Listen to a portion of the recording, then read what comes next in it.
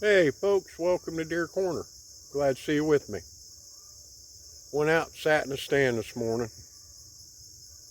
a couple hours. Deer season September 10th here. Just watched a couple young does come in. I slid out the back of the stand and walked the edge back to the truck. But that's not what I want to bring up to you today. I want to bring up a technique that I use to bag a buck every year. I put a buck in the deep freeze every year by using Mother Nature. And a lot of people don't know or don't realize when deer accumulate together, such as does, they call them a herd.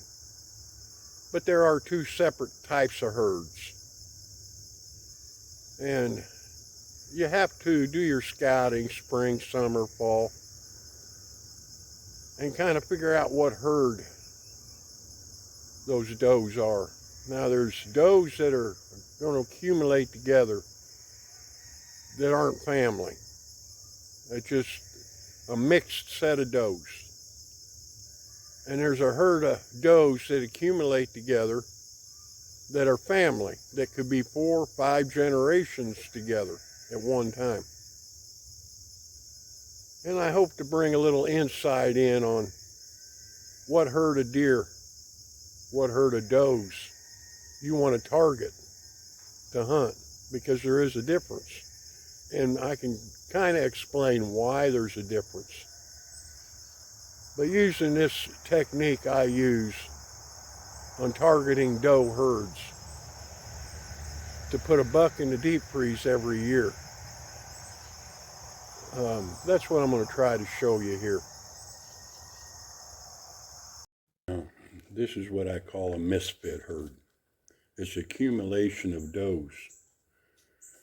And what's difficult on hunting an area like this with accumulation of does, they're entering in different areas and they're exiting in different areas. It makes it hard, especially a bow hunter, to set up on and be able to get a shot at a buck coming through. And that's the other issue, is that it's a misfit herd. Therefore, you can have 2 or more does come in estrus at the same time. Therefore, being able to set up on them as a bow hunter would be difficult because you don't know where they're exiting or entering from. So it makes it a challenge. And I hunt this herd here towards more the end of the year. But on the other hand, now if you notice, they have real good body language. Their head, their ears, little tail signs, friendly, it's safe, where they wiggle their tail a little bit at a time. And they're entering and they're exiting in the same area. And one thing about it is that during their cycle time, your older doe, which is the one in the middle, usually comes in estrus first at the end of October, and then the others follow. They may overlap each other, but they don't come in at the same time. And that is because I try to keep this herd down to at least 5 or 6 does. Now there is a doe that isn't with them right now, but they're her young ones, her fawns. Once they get old enough to stay up with them, she'll join them.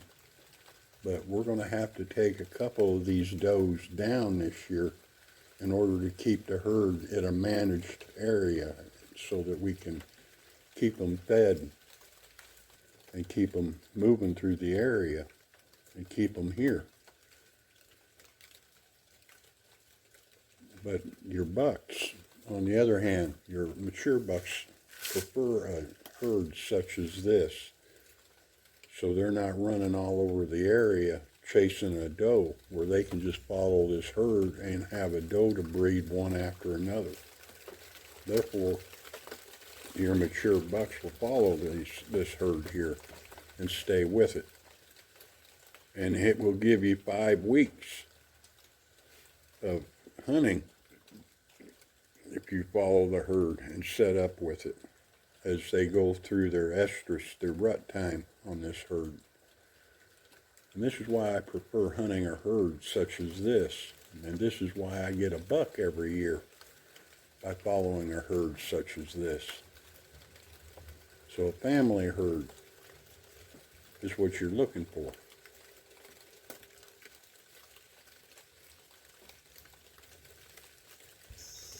Now deer, they don't usually inbreed.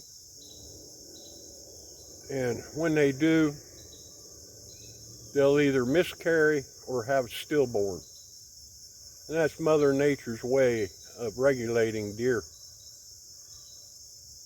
So a good doe herd, a family doe herd, 4 or 5 generations will steal your neighbor's bucks. And in turn, if he has a good herd, they'll steal your bucks. And that's just Mother Nature's way of making sure that the deer stay populated. So I hope this gives you a little insight. And if you leave a comment, that'd be great. Go ahead and subscribe, and we'll get back with you. And remember, if you're in the woods, be safe. You'd rather be safe than sorry. And we'll see you again.